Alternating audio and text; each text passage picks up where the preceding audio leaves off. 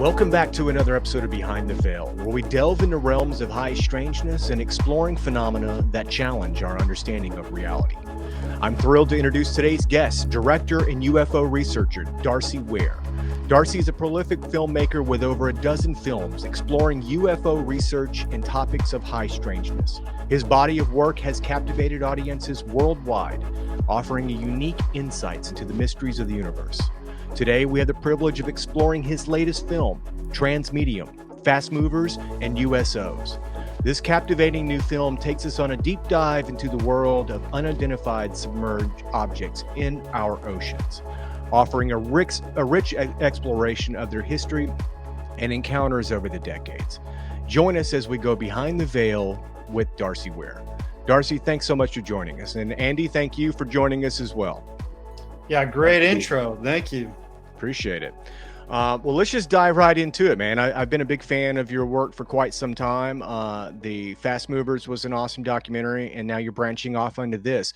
But real quick, before we get into that, I just want to get you guys your thoughts and opinion on the current UFO situation we're seeing today. I mean, it's like every week there's something else happening. It seems to be developing like a tug and pull kind of thing with this whole UFO phenomenon topic. But I just wanted to get your thoughts on what do you think with all the revelations that we're hearing today?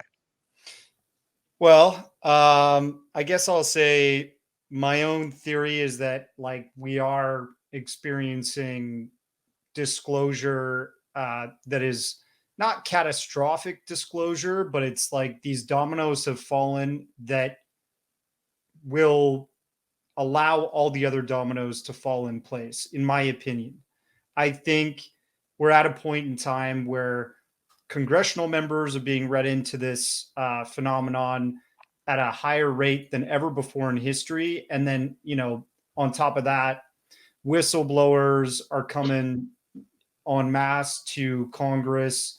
And there is talk of the supposed next congressional hearing that's going to be coming where there will be experiencers, like other congressional members being exposed to more, let's say, military and intelligence officers who have witnessed the phenomenon and possibly been affected by it. So I think that's coming down the pipe. And we have, so much more information flooding the mainstream, and part of my goal with making my films was to help push disclosure. Like that was my whole meaning by putting together a documentary like this is, make sure people are well informed about USOs and all the stuff that I do. I try and make it in a very like factual, chronological and historical account of what's going on, and try to get things right and provide evidence to what's being said. So I appreciate you having me on. I think the really cool thing about Andy being in the doc, I met him in New York last year, and this guy, he has like this growing social media presence with NYUAP discussion on like Instagram and stuff. And he caught the interest of an individual that worked for Department of Homeland Security.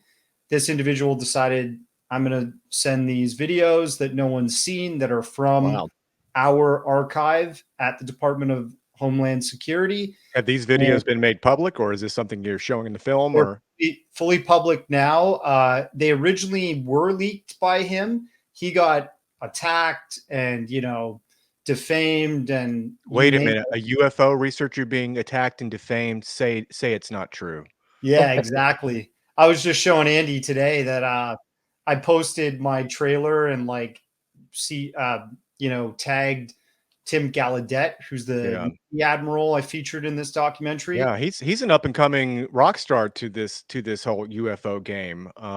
Really, really glad he's a part of this conversation, because what a level-headed guy he is, and I really hope to hear more from him in the future. Absolutely, yeah. I mean, I think he's really important to what's going on right now. And so I posted that on LinkedIn. Wake up today, my profile was wiped. So it's like, Yeah. I don't know what Shocking. the hell. And 2 days ago, my computer got hacked. Like, and I've got screenshots and all that stuff to prove this Yeah. crap is happening to me. That The means you're moment I'm doing dropping. something right, apparently. Yeah, I guess so. I'm just pushing forward, rolling with the punches, whatever. Yeah. But Andy's, a really good voice in the community, and Yeah. he leaked those videos, and they went viral. And then later on, Customs and Border Patrol, they released their UAP documentation, and with that, they released those same videos that he leaked, and they say they're authentic UAP videos. Yes. So Those that was what it was three different videos, correct? Yeah. Andy, what are your thoughts on all three of those? Because I mean, there's a couple in there that look extremely compelling. One could be maybe that's a possible drone. What are your thoughts on those videos and their validity? Well, I went through the proper channels to make sure that these videos were authentic. Yeah. So the rubber duck, which is the one that went the most viral because it's the longest video to ever come out. And I got the original files. The CBP released theirs, redacted with the information blurred out, but mine's were original. Even on YouTube, if you look them up, they're still up there as the original, the original format that I got it. The rubber duck one, which one is that one? Forgive me. It's about 60 minutes long, and 40 minutes of that is of the object that was Oh, being wow. tracked I didn't by the even Border know Patrol. there was that much footage of that. I haven't seen that. I mean, I've seen the Yeah. footage of the Border Patrol. I mean, you're talking about the Puerto Rican Border Patrol, correct? Or Well, Coast no, Guard? that's the Aguadilla incident. This is 3 separate incidents that occurred Oh, in Arizona. in Arizona. Okay. I was thinking, yeah, I'm sorry. I had those confused. Yeah, Um, yeah, I'm not sure if I've seen those or not. How long ago did those come out? I released those about 2 years ago, Okay. and I actually probably the did rubber see them. duck I didn't release until I gave to the SCU first to do their analysis before I released it publicly, because I wanted to make sure, like I said, I went through proper channels and that this was analyzed correctly, Yeah. so that when it did come out, I can hopefully avoid the ridicule, but it didn't help. Even Yeah. with the SCU and all that, I still went through my shit, but eventually, it was vindication when the CBP released it themselves and put it on their website as anomalous. So that was a nice thing. But yeah, I mean, it legitimately went viral. Like, Yeah. I believe the video, the original post when I put it up to YouTube, I think in like a span of 2 days, if I'm not mistaken, was almost at 300,000 views Wow. or something like that.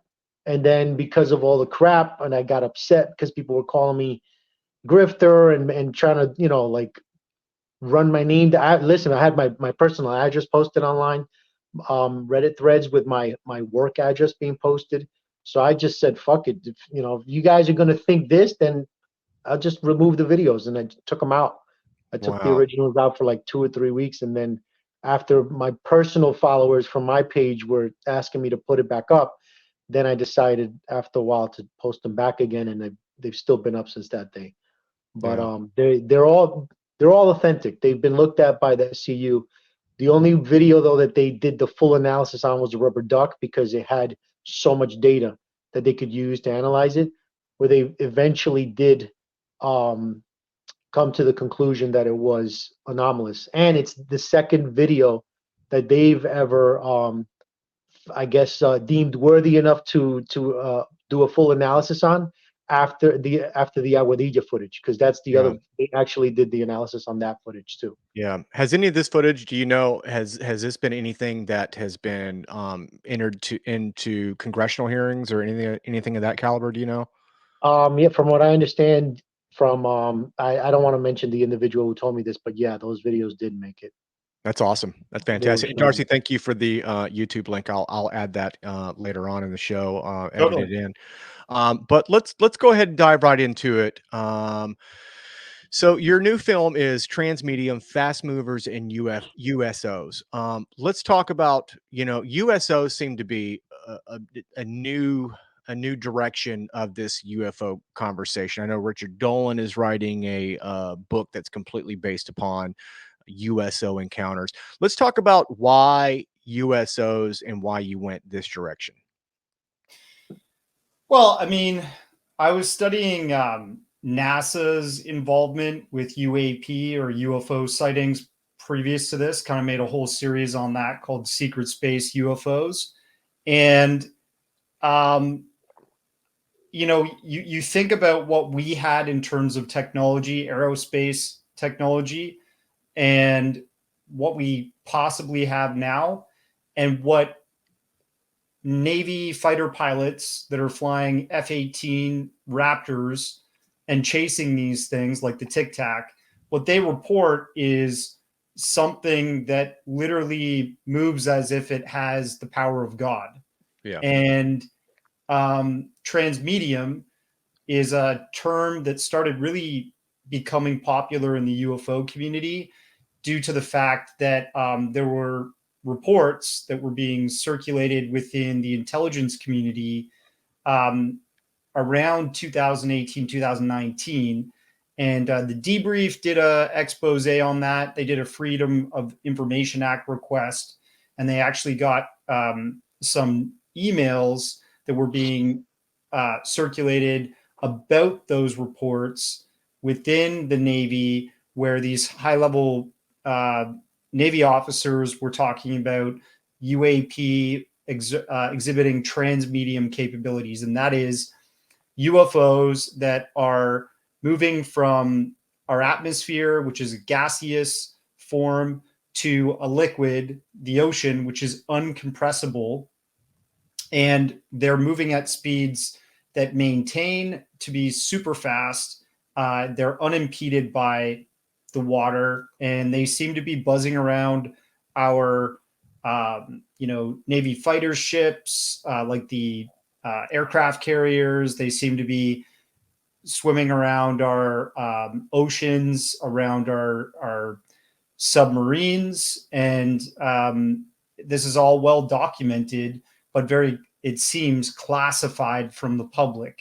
So I'm trying to piece together this narrative, this story that's being kept from the public, with testimony from people that have been on submarines and witnessed the phenomenon, or have met people who had witnessed the phenomenon on submarines before. And I jumped on a stream last night after I was in another interview with my friend Bob McGuire. This is a former NRO service member who, got exposed to a lot of this information a while ago. And I remember when I was interviewing him for another doc called Secret Space UFOs, he told me there are people within the intelligence community that know about where the Roswell wreckage is, and apparently it's connected to the National Geospatial Agency.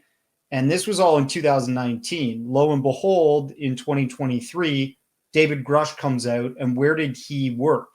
At the National Geospatial Agency. So I was pretty impressed by that early information that I got from Bob McGuire, and I've taken him very seriously with his testimony ever since. And when I released the trailer for this doc, you can hear Jim Goodall talking about another individual's experience with a fast mover or USO when they're on a submarine. And it just so happens that is Bob McGuire.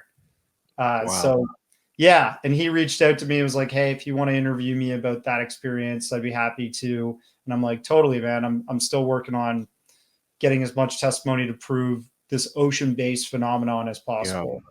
So, yeah, that's why I'm interested. And I think the oceans are vast and capable of keeping all kinds of secrets. And the UAP phenomenon seems to be happening in our oceans all the time throughout history. Yeah. And speaking of trailer, I'd like to play your trailer real quick for our listeners and viewers, just so they can get a sneak peek of this film. Back in August of 2020, under a shroud of secrecy, the UAP task force was clandestinely brought into existence within the shadows of the enigmatic U.S. Department of Defense. My questions regarding this phenomenon led me to American oceanographer and retired Rear Admiral Tim Gallaudet. How long did you serve for the Navy and work for NOAA? I served in the Navy for 32 years, and I then worked for NOAA after that for about 3.5 years. They're coming from somewhere. We don't know how they're doing what they're doing, and we don't know their intentions. So all I can say is this deserves a significant amount of study of our oceans, and that's what I'm pursuing right now. When you hear about Navy submarine seamen witnessing or noticing on sonar USO activity, objects that are moving, 300 knots plus. I won't use the gentleman's name, even though he's mentioned it publicly and has been in print, that during some testing in on the Los Angeles class improved 688 Los Angeles class fast tug submarine, the USS Hampton, I think it's SSN 767. They were doing something new with the sonar, and an object was being picked up on sonar as a fast mover, and it went zipping by them. And the sonar operator said that went by us at in excess of 800 miles an hour. Now, I heard through the grapevine that you had a experience with what some people call a fast mover in the Navy. Can you? Yes, I can tell you about that. And what are your thoughts on the USO situation? I mean, I film here nightly, and it's almost every night you catch something that you can't explain. Why do you think that the water is so important to these craft? What's it about our oceans that attract them to it? Personally, I believe that they exist. They reside in our oceans. I believe that they have bases or underground facilities. There is, in my view, based on the data of USO activity, there is a very good reason to believe that there are multiple undersea bases that these things operate at. Yes. Now, and some of them would be, but definitely off the coast of South America on the Atlantic side. I don't think there's any question in my mind. There's been too many of those types of cases. So you're talking about a global presence. What are they doing? What's going on?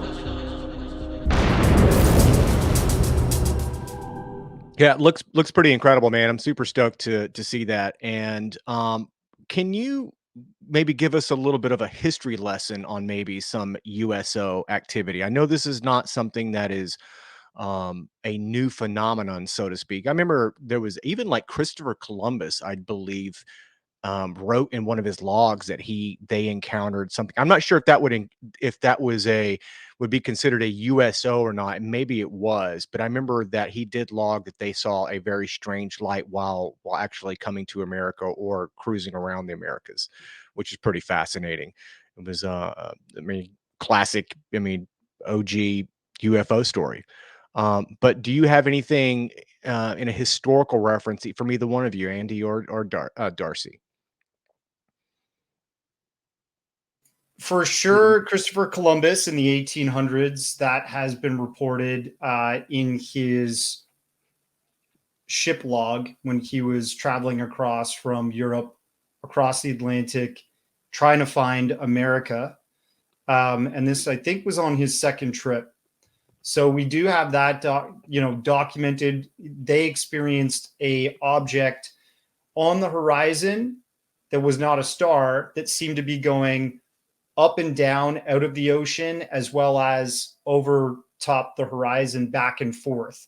Yeah. So that spooked them. They back then, when you were on a ship like that, you always kept logs of things, of your travel history, because this is how you explained the world to the rest of people who don't adventure out of Yeah. their town, their city. You know, these are like the astronauts of their time, the old Navy men, right? That's a good way of putting it. Really is. It's so true. Yeah, they really were like going to where no man had gone before, right? And in 1825, there was basically an encounter from a naturalist that was also going across the Atlantic in the area that you would consider like the Bermuda Triangle, right? And he witnessed a glowing red sort of sphere object that came out of the ocean, went back into the ocean, came out of the ocean again. You know, the whole crew saw this on the deck at night. And it was so bright, it apparently illuminated everything on the ship.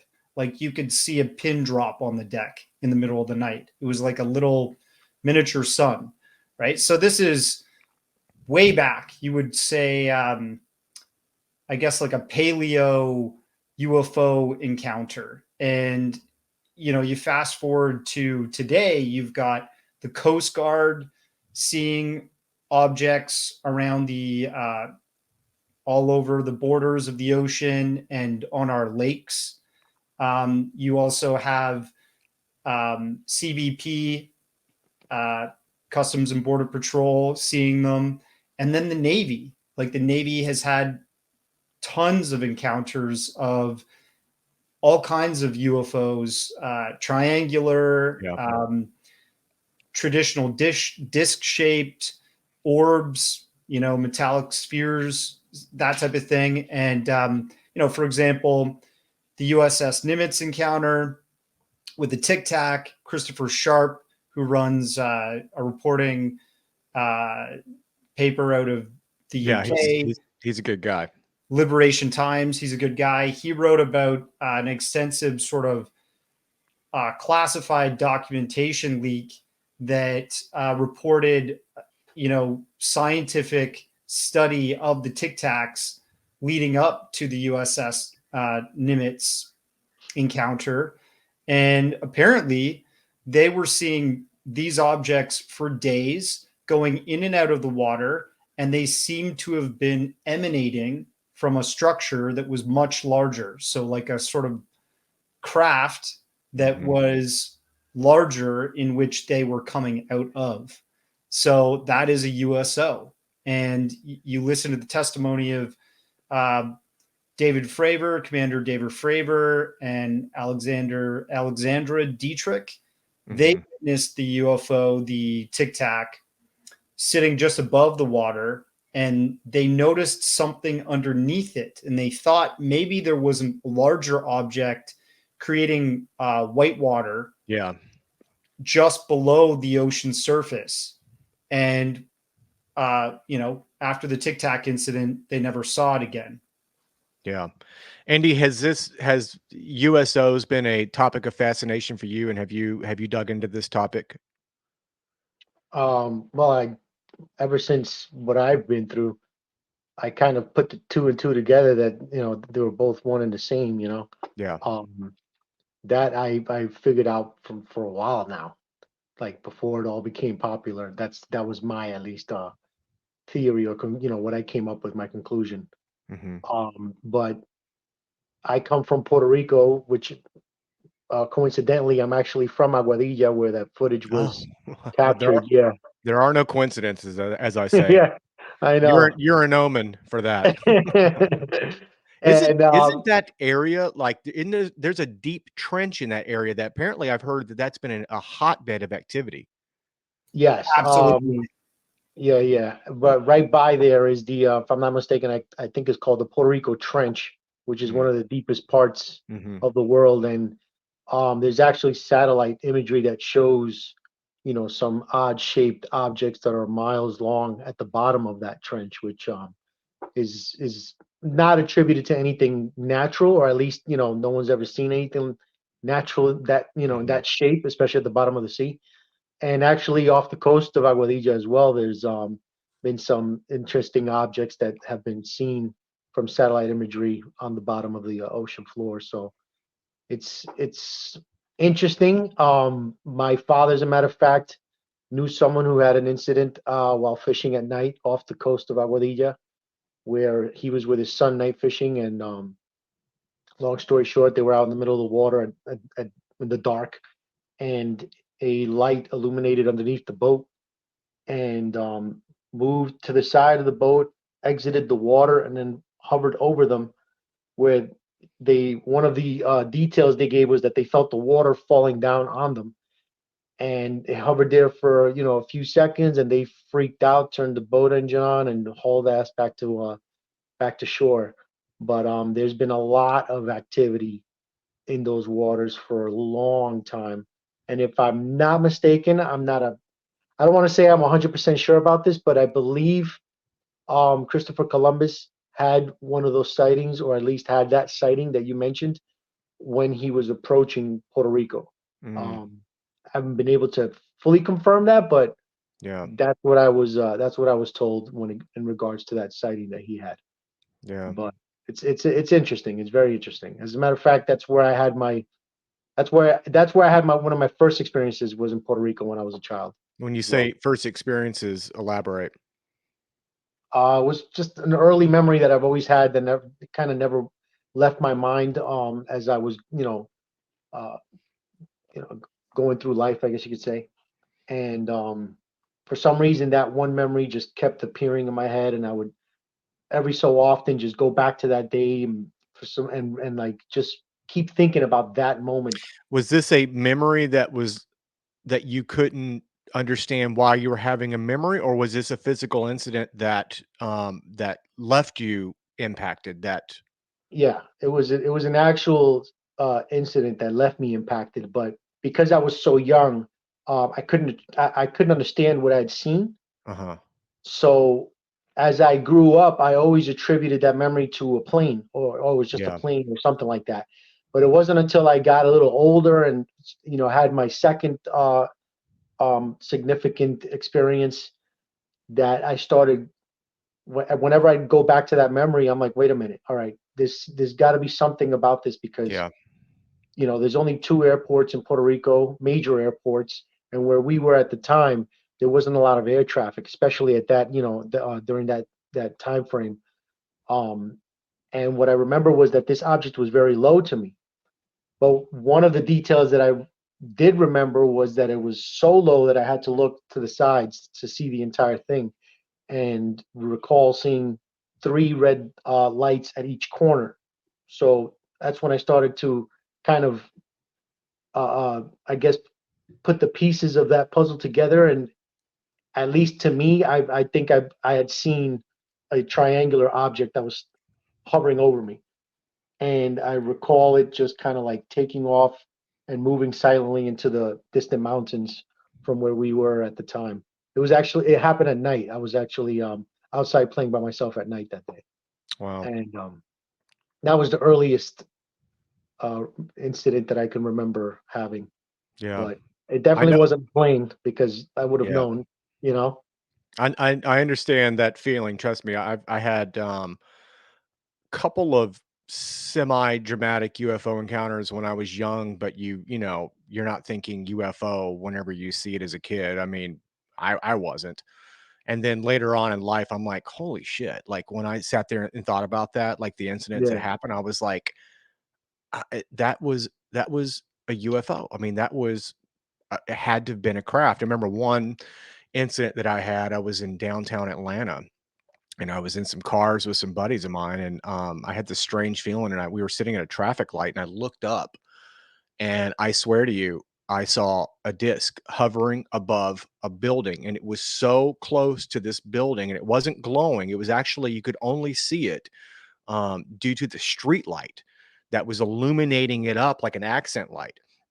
And it was so close to this building that you couldn't even see all of the discs. It was maybe 100 feet wide, And that incident haunted me because I remember seeing it, but I was in the passenger seat and I was like, what the hell is that? And then I was like talking to a buddy of mine, like trying to point it out to him, but he's driving. And then the light turned green and we were still hesitating and someone honked and he just, we got to go. We got to go. Cause somebody was laying the horn down on us and he kept on driving. I'm like, God, I can't believe I did not get out and see that. Cause your brain doesn't even believe what you're seeing. Like my brain was Thank going, you.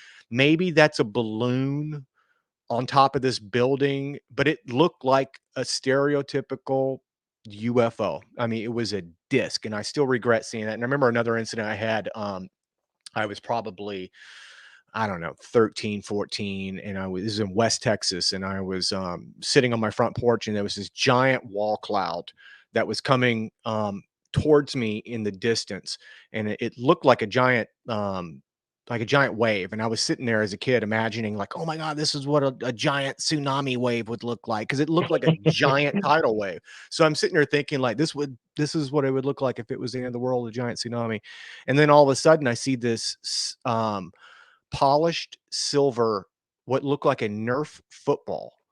It comes right out of the cloud. It is heading straight for me. And I watched it for like, I don't know, 3 minutes, 4 minutes. And I watched it go right over me and it wobbled like like it was in a lake, like with waves. It was just doing a slight little wobble. And I remember it was so beautifully reflective. It was like a polished silver spoon. It just reflected all the light that was around it. And I kept thinking like, oh, that must be a weather balloon. And I watched it go over and it eventually disappeared. And then years later, when I started working around weather balloons, I was like, that does not look like any weather balloon that I'm looking at right now. So that clearly was not a weather balloon, but very interesting. You essentially saw the same object that was observed during the 2013 Aguadilla footage. They you can even look at that footage online. Yeah. It looks like a football. Yeah. Have you ever seen that certain movie moments. Flight of the Navigator from back in Yeah, the 80s? like that. It looked like that. Whoever created that, I think must have seen They that knew thing. 'Cause something. They They knew knew something something because that because thing they looked, nailed too many details. They nailed yeah. too many details. And I'm telling you, that Flight of the Navigator UFO was exactly what I saw.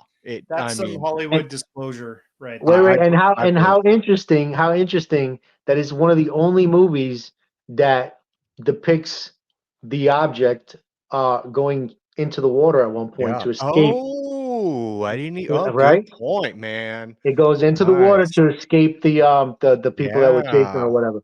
Yep. Yeah. That's right. I haven't seen that movie in a long time, And man. Plus I had a crush on Sarah Jessica Parker, man. She was smoking hot back then. She was hot back then, yeah. Oh yeah, she's still hot, but she was really hot back then.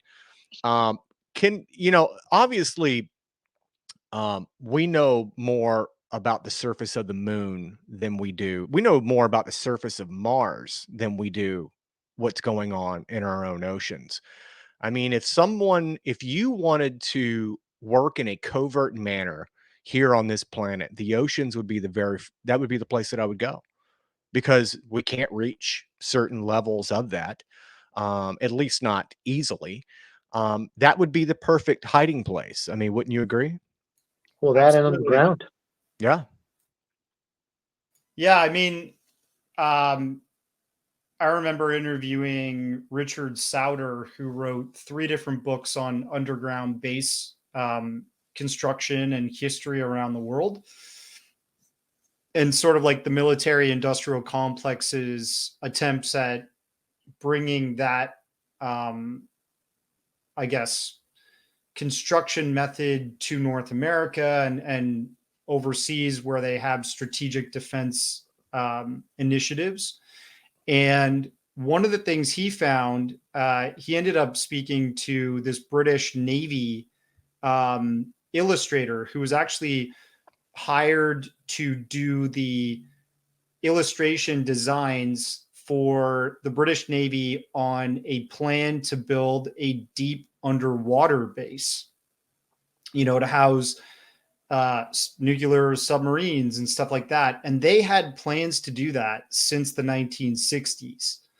Did they ever construct them? Very Yeah. possibly, right? Especially when you think about the military budgets around the world for many of these different Western countries, like the Brits, the Yeah. Americans, Canadians. Like, we have not as inflated budgets as the United States, but I'm sure you can do a lot of things with the money that they put aside every year for military purposes. And so I think we have bases in the oceans. Yeah. And I think there's stuff there that we don't know about, that the public is completely blind to, that might be a non-human intelligence run structure. Who knows, right? We just need more transparency on this. So, I mean, it would seem even off the coast of Catalina Island, there's that strange structure in the ocean that even Tim Gallaudet, this rear admiral who was the chief oceanographer for 7 years for the American Navy, and he witnessed the Go Fast UAP while he was in service with multiple other members on this email thread. He even validated that there's something about that Catalina Island ocean structure that's not natural. Yeah. When he spoke to some credible scientists that he's connected with, because he did work at NOAA for some time, he reached out to them, sent them some data on that, and they said it doesn't look natural, whatever that is. Have you guys heard about I guess this could technically count as a USO, but there's currently an expedition going on in Norway where there was a sighting of an object. I think it was back in the 1940s, mid 1900s, that locals saw crash into a lake. And there's a research team right now that is apparently, or they were at least, I know I just saw a recent video that they posted from not too long ago where they found through some pretty high-tech gear that they found what they describe as a cigar-shaped object at the bottom of this lake bed. I saw that. Yeah, I did see that. They use sonar imagery to pick it up, and it looks kind of like a rainbow-colored image that they produced from that. Yeah, pretty fascinating. I mean, even Avi Loeb has been going out in the ocean to try and look at where recently there's been some crashes in the ocean of possible asteroids and stuff like that. And he did like this whole report on these spherical materials, like metallic materials they recovered from that part of the ocean. And he says it's non-human, or it's like intelligently created or something. There is some debate about that going on right now. But if we had like a full intact ship or something like that, that's preserved under the ice in this Norway case, that would be groundbreaking. Absolutely. And it's, it would be, I mean, mind blowing to know that could this be, an actual potential real craft, right there at their fingertips. And I kind of believe like if I don't even know how they would even, I don't see how military would not step in and intervene somehow to completely derail that if they were actually worried about any type of real craft being discovered. I would hope that maybe there was a good chance that independent researchers could have something like that, but the fact that they're speaking about it so openly is very concerning to me about could that research be obstructed? Could something get in the way to prevent them from actually recovering anything? I'm sure that, there has to be, government agencies or intelligent agencies that are monitoring what they're doing. There's just no way that's going under the radar. Absolutely. I actually said the exact same thing you just said. I believe it was yesterday in another talk. I'm like, if there was something really there, that was really extraterrestrial, I doubt that these guys would be given this, leeway of being able to go down there and check all this out. By now, this story would have been over and you wouldn't have heard nothing else. You know what I mean? Yeah. So I mean, Look who at- knows? But I agree with that. Look at how things went down with the Chinese spy balloons. Yeah. You know, like that happened just a year ago, and so many people that were living in this area of the Arctic where that object went down were reporting Air Force exercises over their town for, and I think it was like an oil refinery or something. This And guy you're talking took about the Alaska. the Alaska, part, that's yeah. it. Yeah. Yeah. The Alaska object. And so they stated that that object broke up in the ocean, right? And that they couldn't recover anything from that. That's what they stated to the mainstream press. Yet weeks went by that these Air Force exercises and like large cargo ships like bombers were flying over this Alaska refinery. And this guy on YouTube was like releasing the videos like, here, this thing's been circling here, right where the object was. And then all of a sudden it disappeared. Those videos, I think, got booted off, and they were reposted by other people. Yeah, it's total information control. And you think about and that guy he's AWOL, man. I don't think he's talking or anything. I think that was the last anybody heard from him. I may be wrong, but I have not heard a peep from that guy. No. And Ross Coulthart, you know, the Australian journalist that's been doing some great work for News Nation, and, you know, his own personal show with Bryce Zabel, he spoke recently and said that for sure, not all of those were balloons. Yeah, and there's something being covered up right now regarding some of the crash sites where they shot them down.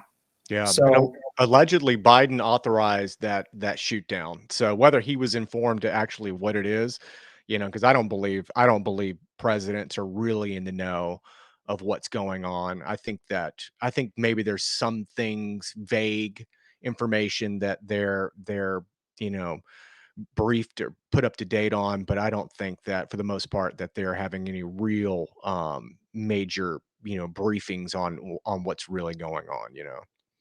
Talk about a hammer, using a hammer to take down a balloon situation where they shoot a tomahawk at that first one. I know. I'm like, wouldn't that a little bit of overkill? Like, you got some guns on there. Like, it kind of defeats the purpose when it's in a million pieces. Yeah, it was insane. What a viral video that was. Just seeing it didn't even detonate the tomahawk. It just sailed right through this dumb balloon. You know, you're like, what the here's a $200,000 missile, $200,000 missile for you. Boom. And it cost China probably like $50 to put that up. Yeah, no kidding. There's definitely something to that, you know, and they would have no problem parading it around as a balloon if it was an actual balloon, just like they did historically with the Chinese balloon. They showed the diver pictures. I mean, they got everything on there. I mean, they would have no issues delivering that out to the public. I do believe that there's something more to that incident. I know there was some other ones that happened over the Great Lakes. I'm not really sure what those were, but I agree that the Alaska incident is there's a bigger story that's coming out of that one way or another. Can you talk about some of the major hotspots for USO activity around the world? I mean, I know you mentioned Catalina, and then we talked about Puerto Rico, but what other spots have come up on your radar as far as historically USO activity? Yeah, so the South Coast, obviously, of the United States and California is a pretty apparently a hot spot. Around the San Diego sort of area, which is just so happens to be where the Air Force base is for the United States, one of the major Air Force infrastructures. You also have the Atlantic has had tons of sightings off the coast of Florida, we know of. I cover the Shag Harbor incident in this documentary, which Chris Stiles. Yeah, that's a classic. 1976. Chris Stiles has been reporting on that over 20 years. Yeah. And he's a Canadian guy from Nova Scotia. It's actually where I went to university. And pretty interesting that he recently, this guy constantly has been investigating this case, speaking to witnesses that are still alive today that were part of the operation. It was a joint operation by NATO, the United States and Canada, to try and recover or find out what was downed off the coast of Nova Scotia there in the Atlantic waters. Didn't the Russians even get involved in that? I thought I remember hearing something about that they tried to participate in that as well. They were interested, and the really interesting thing recently, Chris Stiles released a book called Clean Sweep 5, and in that book he details the fact that 7 years before Shag Harbor was another incident that happened in the ocean there called the Shelburne incident, and this was a American encounter, a Navy ship that saw an object go in the ocean. They scrambled divers. They went down into the ocean to see what was up, what was there, and they found non-human intelligence. Apparently, they saw something that was non-human around a craft in the ocean. It spooked them so bad, just like the Shag Harbor incident, apparently. But he has the actual ship logs and documentation from that Shelburne incident. Mm-hmm. And he says, and if you go on Wikipedia, which is not a true source for information, it's BS. Yeah, it's all like, a constructive narrative towards somebody's benefit. But it says on there that we've never, our Navy, the American Navy, has never gone to DEFCON 5, which is the, highest alertness in war. This is like nuclear bomb situation. Yeah. And in those naval logs, he found that ship declared DEFCON 5 because they were so spooked by what they saw. So the Atlantic, plenty of sightings throughout the decades there. We talked about like 2 1800s cases earlier on. You also have, the Great Lakes. You have a case. I mean, I was talking with Mike Barra, who's a friend of mine. He wrote a book called The Triangle, which is all about the Bermuda Triangle, that area that's in the Atlantic. That's kind of quiet. You don't really hear a whole lot about that anymore. Seemed like it was like a heyday back in the 80s and 90s, or even before that, but it's kind of, you don't really hear much about that anymore. Puerto Rico, man, it's right on the edge of the triangle. So you do hear about it all the time. Yeah. I don't think it's focused in on us as much as it used to. But I mean, because you would hear it like in the TV shows and stuff like that. I'm sure there's probably still stuff going on, but he was saying that when I was speaking to him last, I was in Vegas like last week, and he was saying that when he wrote that book, he wrote about a famous submarine that was driving into the Bermuda Triangle and went missing, completely disappeared, right? Wow. And if you look at that account, Steven Spielberg wrote that into the intro of his film, The Abyss. Oh, you just stole it from me. I was gonna bring that up. I'm not even kidding, right? So you go back, the funny. Opening of that film, that submarine going missing, happens in the Bermuda Triangle.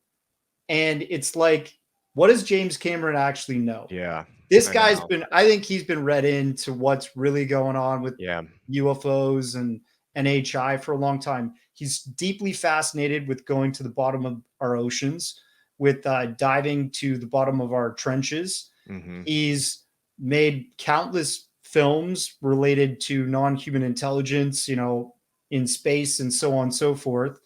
And he has a deep fascination with what's going on with our oceans, and always alludes to something not, non-human intelligence being in our oceans somewhere. Yeah. So, I I think, yeah, that's a hot spot. You've got the Baltic Sea anomaly was a big thing at one point. Apparently, the Black Sea, some European investigators had figured that there was something, and this is related to Russia. For years, we're seeing anomalies in that area. So there might be some kind of base or something going on there. You know, people discuss things have been happening in the Antarctic for a long time.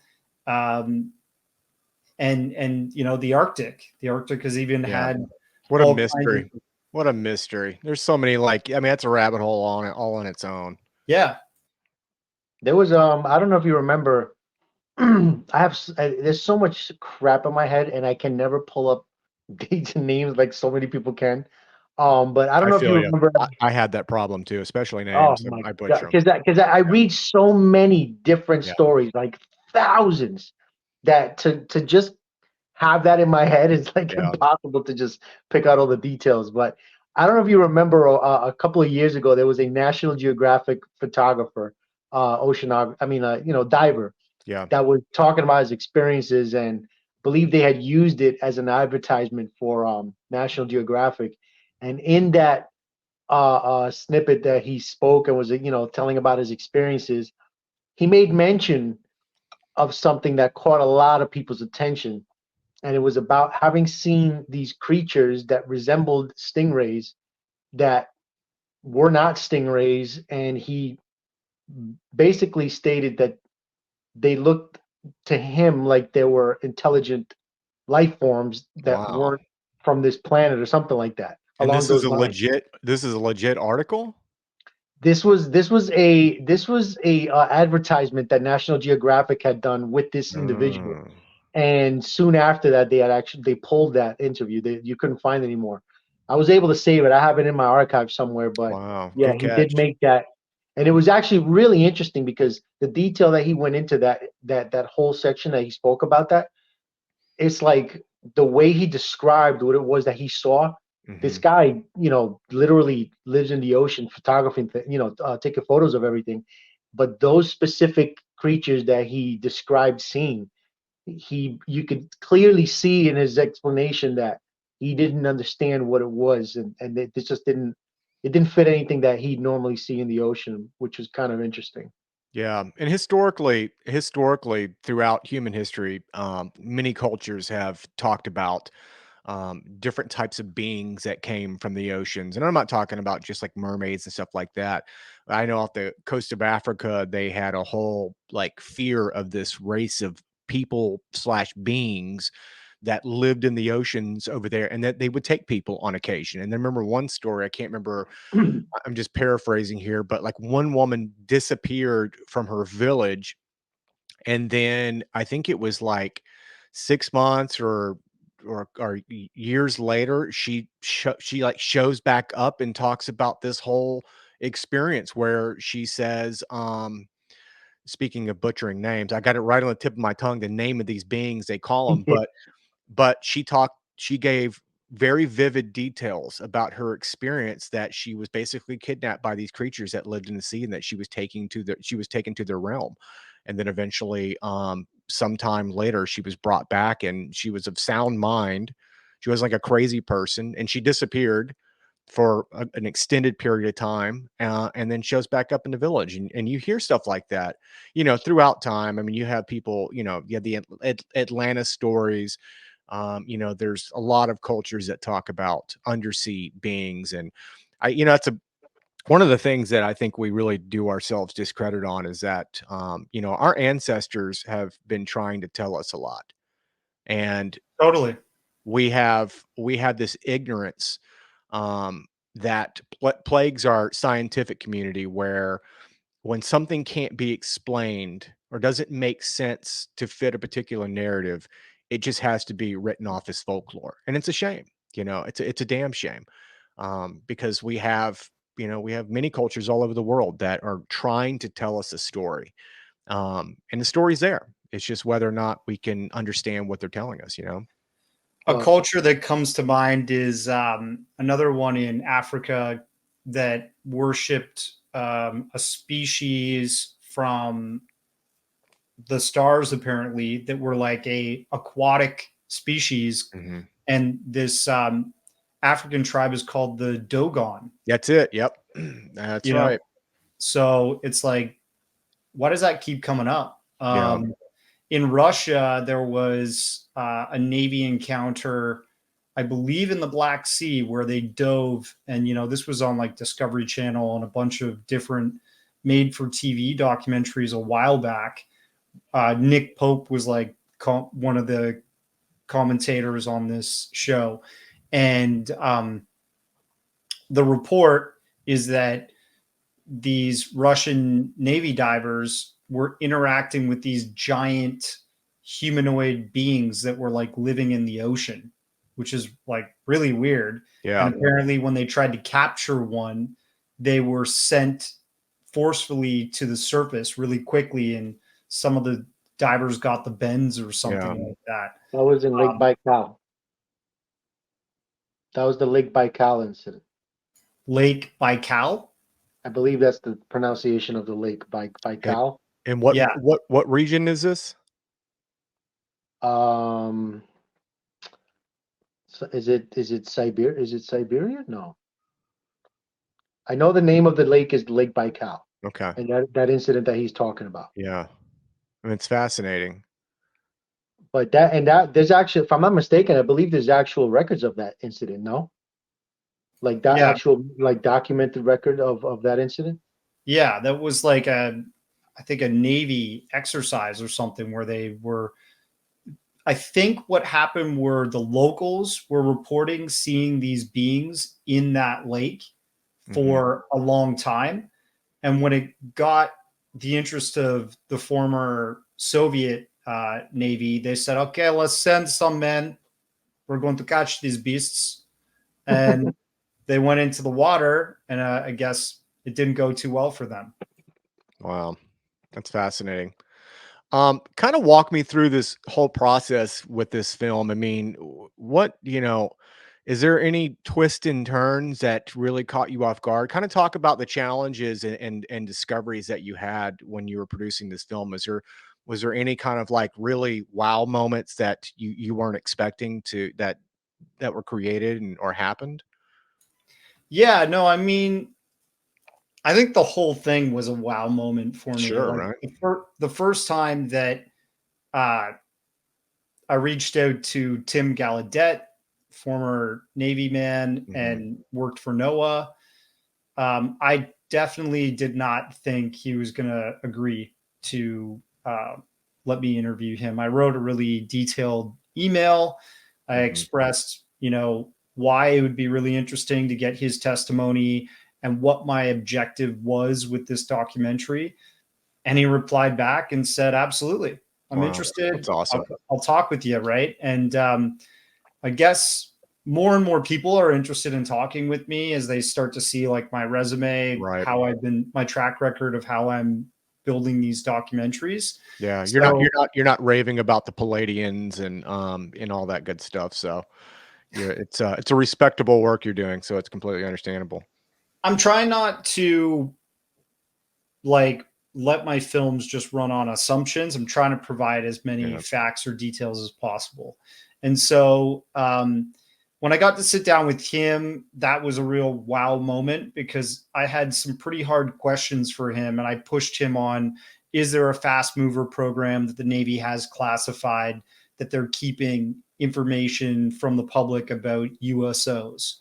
He answered that quite candidly, and what he had found with his research regarding that and people he'd spoken to within the Navy or a part of third-party contractors that feed information into the Navy or collect information for the Navy. So that was pretty interesting. The breadth of knowledge that Richard Dolan has accumulated through his years of investigating UFO phenomenon. He's currently constructing this USO book. And I think it's, quite the undertaking for him, because it's almost like the original books he made, UFOs and national security, volumes that he did, discussing like generations of cover-up activity within the United States Air Force and so on. And so this one that he's doing is probably gonna, I don't know how he's gonna complete it. I've got the manuscript. You let me read some of it, and it's got 600 cases, and my documentary doesn't pale in comparison. It doesn't have as many cases, but I layered on as many interesting and more credible cases that we can lend credibility to as possible, right? Yeah. Prove that something's going on here. So that was a real wow moment for me as well. And, speaking with Chris Stiles about those incidents where Navy divers are encountering non-human intelligence. And then Louis Borges, who's been investigating this phenomenon for a while,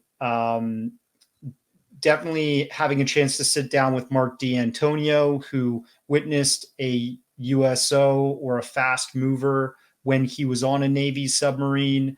That's really interesting. You don't hear about that too often. And I think I was talking about Bob McGuire's experience also on a Navy submarine. When you hear about that, and both of those experiences, that was their like first time going out on a Navy submarine into open waters. What they're kind of alluding to with their testimony is, if this is our first time going out and we witnessed these objects and we thought, what the heck was that? And the whole crew seemed not that very buzzed about it. This must be a very common occurrence. Yeah. So that means the Navy must be cataloging these, must know of a presence in our oceans, and that data has to be sitting somewhere. And I think Tim Gallaudet is trying to investigate that and find out where that data is being kept, which is really cool. And then, with Andy, I got to sit down with him near the end of the documentary, and a friend, Anthony Assemplar, who runs Unidentified S4, cool channel. They're both, UFO experiencers. And with what I wanted to document at the end of the doc is just our community on social media. That goes for YouTube, Twitter, Facebook, Instagram. It's growing, the interest in this subject around the world. And the problem is the community itself is a little bit toxic. Yeah. The UFO community is its own biggest problem. Yeah. I don't mind. Especially UFO Twitter. I don't mind if people come forward and they provide BS evidence and they get attacked for it. Because it kind of like allows the truth to rise to the top. But when somebody like him, who's being, somewhat altruistic in this effort to provide new evidence to the community, and he gets attacked, that's where I wanted to kind of like do a bit of a status update on how things are sitting in the community, and hope people understand why I put that in there, just so that it shines a light on how we should be skeptical, but we should try and protect people that might be providing pretty good information. And just so happens later that stuff got validated, and the typical Mick Wests and stuff. I feel like they're losing power, and more of these people are becoming exposed, possibly with the Wikipedia scandal recently. You find out guerrilla skeptics are running the show there on super everybody. Shady. It's super disappointing. You know, I donated to Wikipedia a number of times thinking like, this is a great place for information, but it's not at this point. It's total controlled information. So, we only got a few minutes left, but I want to get you guys' opinion on, do you think that at the end of the day that government is ever going to do disclosure, or is it going to really rely on the work that you guys are doing, and the Tim Gallett's of the world, and the Lou Elizondos, and the collection of people, the Saul Foundation? I mean, we have a new movement right now on the horizon where, academia is finally paying attention, where this is no longer a taboo subject, so to speak. Where people are actually starting to really take this serious, and they're taking it a lot more serious behind the scenes, which is fine as long as they're taking it serious. But do you think that government is ever going to be the answer to disclosure, or do you believe that as a collective, as a human collective of group of people who are passionate about trying to solve this mystery, is it inevitably going to be in our own hands, and we're the ones who are going to have to do this? I think so. I think it's both, because you need to have some kind of verification from the governments, from the powers that be, that this phenomenon fully exists and, is something that we can't control or fully understand unless the information is really given to the public more and more. But I think experiencers and people that are interacting within this community are a valuable source as well. And they're going to be able to help validate that information, because you shouldn't just 100% trust the government, right? Yeah. I think the government, obviously, there's all kinds of motives and stuff to drive investment and to protect people's power. It's a slightly corrupt establishment, but I think there's some really good people in government that are driving this issue forward and have been for years. People can argue all day about Matt Gaetz or Luna or John Podesta. These people have been involved for a long time, and you could even say possibly Barack Obama is a disclosure president, because he's brought up UFOs several times. and he's been very, very open about it. I'm sure we're going to find out in the future that it was under his administration that he started reading Grush into this subject, because Grush advised Trump on right. So, he advised Barack Obama, not Trump. My bad. I think he did have something with Trump at one point in time. He did allude to, like, I kind of talked to the big guy, and I remember him saying that if you catch what I'm saying. Yeah, I think he was referring to Trump. So I think there needs to be like sort of two steps in lockstep forward with this phenomenon. You have to have people from the community and people from the government both driving this issue forward. And we're allowed to scrutinize them, because that's what the government's there for. They're there to serve us. And we want the greatest truth out of them, right? So, I'm going to Contact in the Desert this year. I always meet really interesting people there in Florida. They have like MUFON conferences. We got lots of interesting people here in Florida. Yeah. All kinds.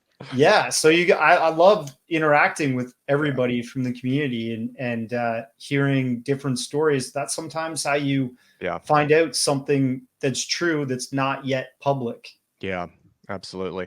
And, I don't think the United States is, inevitably going to have to run the show on this. I think other nations need to step up, and it seems like Canada is kind of maybe playing. Well, you got McGuire, who's had some pretty interesting revelations come out, especially with that. I think maybe he leaked that document that came out. I forgot who leaked it, but that was pretty compelling, talking about how Canada needs to have a game plan to cover their ass, so to speak.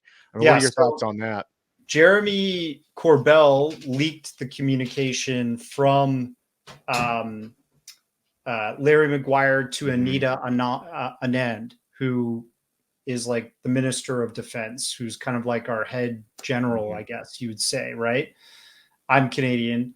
And so, Larry's a really interesting figure. And he was at the Saul conference. I think he knows a lot of information regarding NORAD, which is the North American, what do you call it? NORAD, North American Airspace, like Defense Command. It's Something like combined, that. something like that. Yeah. It's combined between Canada, US, and Yeah. Mexico. And Canada has had plenty of sightings and has probably been collecting information. We're just, I guess, en masse, Canadians are more skeptical. They're not really believing UFOs. I have a hard time talking with people about this stuff here. I think So Americans interesting. are, Why is that? Is it? I don't is it know. I think culture? Americans are just much more open to Huh. new belief and interested in the phenomenon. And Canadians are just skeptical and more so debunkers. So I hate it when people say, "Well, why do only UFOs only happen in America?" I'm like, "That's bullshit. They happen everywhere. We're the only ones talking about it." Actually, you know what's funny now that you bring that up? It's I actually was watching a vintage documentary where Jacques Vallée mentions that. And that exact same argument that you just brought, that people mentioned, oh, how come he only said that happens in the exact thing? US. It's like, Because no, it doesn't. apparently it goes that far back where people were asking these questions, Yeah. and he says this is not true. And he goes on to you know, he takes a globe and he shows this is happening everywhere on the planet. It's just the only thing with here, we have different avenues. Again, people are more interested, a little more open.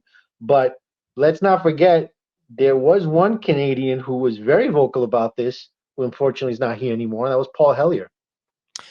Oh yeah. Yeah, I went to high he- school with. And his, let's not forget Grant Cameron. I had Grant Cameron on the show not too long ago. He's an awesome dude. I mean, but Paul, if you remember his interviews, I mean, not the interviews, but the talks that he did in front of, you know, all of these individuals, where he just came out with it and I mean, made some wild claims and everything. And you know, that was, I believe, if I'm not mistaken, I believe he was the very first individual in his position to be so vocal about it. Yeah. And so open about it. And he was, at the beginning, he was very skeptical, and it wasn't for Corso's book that finally, I believe the way it went was that he was on vacation one day and he always brought a book with him, and then he decided to finally read that book after all the, you know, the times that he was told to read it, and recognize the names of the individuals that Corso mentioned, and he went and reached out to some of them, and that's when he realized, okay, hold on, this is legitimate. Yeah. On top of him having his own experience one day that, you know, further validated the fact that yes, this is real. He was very, very vocal about it. Like, real vocal. Paul Hellyer served as the Minister of Defense in Canada during the 1970s under the original Trudeau, who was our Prime Minister, Pierre Trudeau. And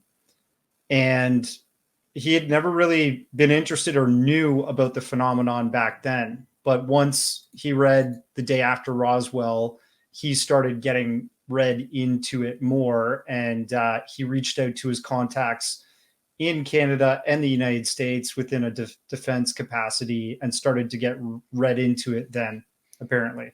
I watched when he finally passed. I don't know if you saw the funeral when they, you know, they had it at the church or whatever. The pastor actually talked about it, and he brought it up. Oh wow. Yeah, he said That's awesome. He brought up his belief and everything, and literally made a whole speech about how you know, how he pushed for this and how he believed in it so much and blah blah blah. And I was actually kind of shocked that they went on for so long in that, you know, in that talk from the pastor himself when he had passed away. Yeah. Real quick, any predictions for 2024? You seeing any big revelations potentially? I know there's a lot of talk. I know Lou Elizondo made some claims like keep your eye on 2024. There's going to be some major stuff, but what are you guys' thoughts? Well, one thing I will say, I bring this up because an individual who had told me about this a few years ago, it ended up actually coming true. And one of the things that I was told was to pay attention and stay on top of the James Webb Telescope's discoveries. Oh yeah, I heard about that. I Yeah. think they allegedly have already discovered life, or at least indicators that there is potential life on a planet. I think they already know, but they've been, I guess, trying to So figure out how to articulate that and deliver it. But that's what I heard. so I bring it up because I actually, I get a little skeptical with things people tell me, of course, Sure. but I actually found this one to be very interesting because when the person who told me this said it specifically about the James Webb and said, we already know of a location exactly where it's at that has life. Just, watch out for it. The individual told me personally. And this was 2 years before that announcement was made by scientists or NASA or whoever about the James Webb Telescope and that planet. Yeah. And he said that apparently the James Webb is going to play a big role in the whole disclosure thing. It's basically going to be used as a tool to be All like, right. oh, look, for example, like that article with that planet, we may have discovered or detected signs of life Mhm. or some form of life because of the methane or whatever that was seen. But that was one thing, and I do know that there's more than 40, if I'm not mistaken, people that have been willing to come forward to Congress to tell them what they know, and I believe that, like what we were just talking about before, that it's going to be it's going to fall more on us to Yeah. actually get this information out because, like what Darcy was saying, there's too much. Number one, we rely too much on the government to say, yeah, this is real for us to believe it Yeah. for some reason. And I don't Yeah. Like, follow it like that, but a lot of people do. You yeah. understand? There's a lot of people out there who have to hear it from the government before they say, oh, well, the government said it, so it's got to be real. Yeah. You know what I I think mean? we got to do the legwork. I mean, we got to get the ball rolling. And I think that once we get that tidal wave of a ball rolling, I think they'll be forced to comply, But we got to, eventually. it's motivating the people, for example, like the agent that reached out to me to do that. You Yeah. understand? To not be afraid and come forward. That's where I feel like more of this is going to come out is when someone out there decides, you know what, I'm not afraid anymore. This has to come out. Fuck it. I mean, Bob Yeah. Lazar did it. Like Grush did it. You know what I'm saying? Like these people, this is what we need because when that happens, look what happens. You understand? Like one person comes out with a wild story that has some credibility and can prove who the person is and what he did or where he was, and all of a sudden now things are really changing. All of a sudden Yeah. now the world is listening. You understand what I'm saying? So that's why I feel like it's going to fall on there's one person out there who is then gonna end up gonna be that one person It's who true. blows. You know what I'm saying? True. It's just gonna be that way. It's Yeah. Yeah, I think that's the catastrophic disclosure where like you just can't put the genie back in the bottle. It's just there's so much momentum. And I think, yeah, congressional hearings, from what I hear, are again going to happen this year. When, I don't know. Look out for stuff from Tim Gallaudet in March. There's something he might be publishing. And I know Lou Elizondo's book and documentary will probably come out in the Yeah. same month. And Grush supposedly is supposed to have a expose he's supposed to be delivering, and that hasn't happened yet from what I heard, but he's supposed to be writing something. So that that could be, op-ed apparently is not being held up by Dobser. So there's another reason he's not releasing it yet. yeah. But look, Sean Kirkpatrick, or some people call him Dirt Patrick, he's got his story. I have a lot of other names for him that are, you're much more kinder to him than I would be.